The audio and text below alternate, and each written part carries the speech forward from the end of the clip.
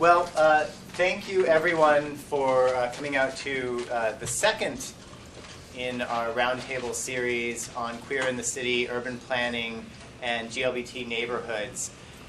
This has obviously been something that has touched a real nerve in the community, and as I mentioned with our first panel, Our Gay Neighborhoods Worth Saving, we've actually gotten a lot of response from all around the country, from Fort Lauderdale and Miami and Chicago and Philadelphia and Detroit and LA and Montreal, and a lot of places that are exploring this question of whether or not queer neighborhoods are these organic creatures that are self-sustaining, or whether they are the kinds of things that people have to actively build and then actively fight to preserve and maintain and to evolve over time. The question that leads this particular roundtable is one that came in part out of the last panel.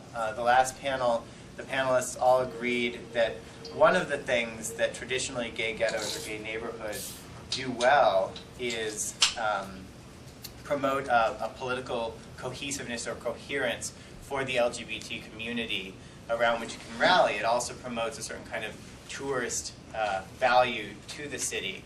And so it was agreed that if we want our city leaders and if we want our state leaders and the business community to back and support the preservation and growth of queer communities and queer neighborhoods in our society, one thing we need to explain is what queer neighborhoods do for cities.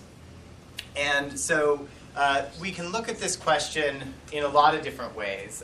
We can look at it in the way that the Chicago sociologist Henry Zorbaugh did in The Gold Coast in the Slum back in the 1920s, where he essentially looked at the rooming house districts and said, and where all these single men and single women were living, or in these bohemian tea houses and spaces, and said, what a desperate, sad life these people have.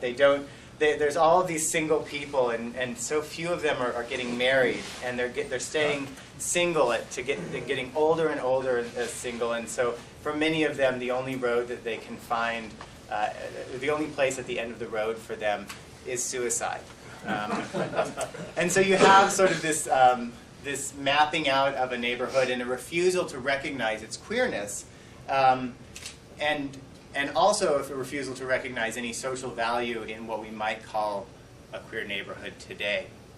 And then you've seen the ways in which our society has seen queer neighborhoods as vectors of public health dangers and transmissions, as potential fun night spots for the rest of the community and the population.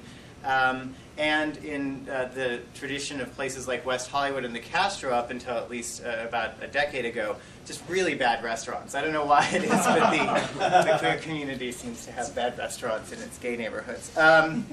So in any case, we're going to be looking at this question of what queer neighborhoods do for cities, both in positive and affirming ways, and in maybe more troubling or complex ways, with a really esteemed panel that I'm incredibly proud to have assembled here tonight.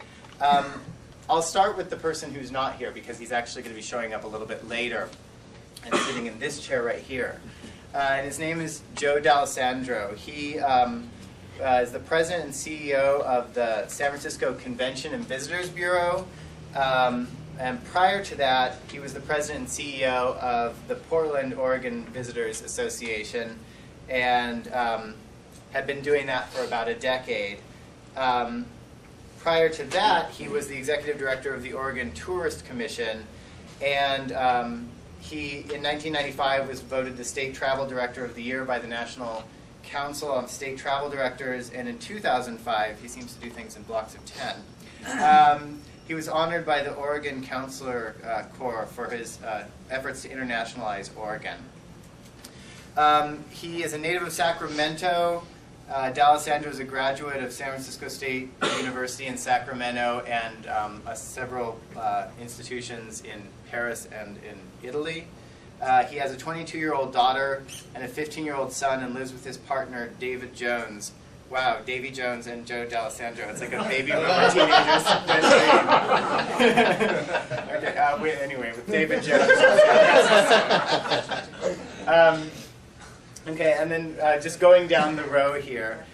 First we have Steve Adams, who came to San Francisco from Michigan in 1994 on assignment to open a bank in San Francisco for a private group, and wound up staying, as so many of us do when we arrive here. He's currently Vice President and Regional Manager for Sterling Bank and Trust, and sits on the Board of Directors of MUMSI, of the Merchants of Market and Castro Association. Before that, he served 7 years on Project Open Hands Board, the GGBA, and Equality California. He's very happy to only be on one board at this point, he says. He's also a history and a museum buff, so we're happy to have him here in our history museum. Rebecca Prezan is San Francisco Assistant District Attorney.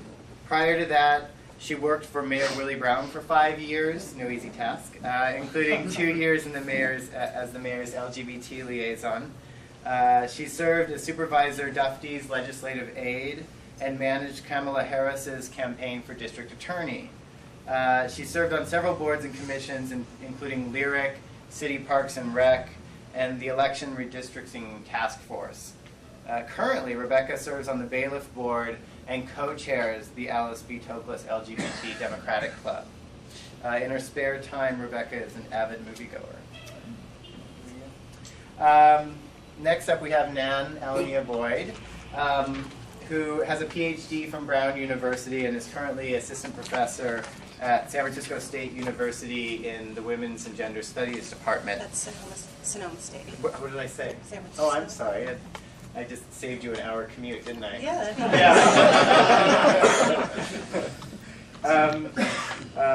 Nan's recent book, Wide Open Town, A History of Queer San Francisco, was named one of the best books of 2003 by the San Francisco Chronicle. In 1995, she received a Rockefeller Fellowship in the Humanities from the Center for Lesbian and Gay Studies in New York, and from 2000 to 2002 was a scholar at Stanford's Institute for Research on Women and Gender. She's widely published in academic journals and speaks often both in public and scholarly settings on queer history and culture. She was on the Historical Society's board from 97 to 99, and then took a break, took a deep breath, and came back on in 94, and she's still here, or in 2004 rather, and we're really happy to have her.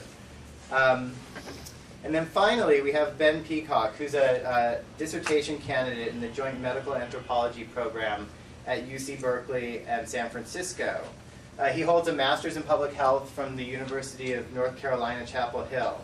And his work engages the ways in which marginal urban populations are being researched for the development of scientific, sexual, and drug use knowledge. And what's interesting in particular about his work is the way in which he looks at San Francisco as opposed to these other big cities like Chicago and New York and Los Angeles, to suggest that this small, prosperous, cutting-edge technology city has more to tell us about contemporary urban life, the social sciences, and social welfare than its seemingly idiosyncratic characteristics suggest. So we've got a really amazing panel going here, and what I would like each of you to do is just spend 7 to 10 minutes talking about what you think queer neighborhoods do for cities, and then we'll open it up to a general discussion with everyone here, and then close out with a quick sort of final thought from each of you. And I guess we'll just go down the row. Someone just needs to get a seat. Oh, okay. We and have some chairs. We have a couple chairs back here, and we have a couple chairs up here. So now's a good time to come in. We're very informal here. Step on in.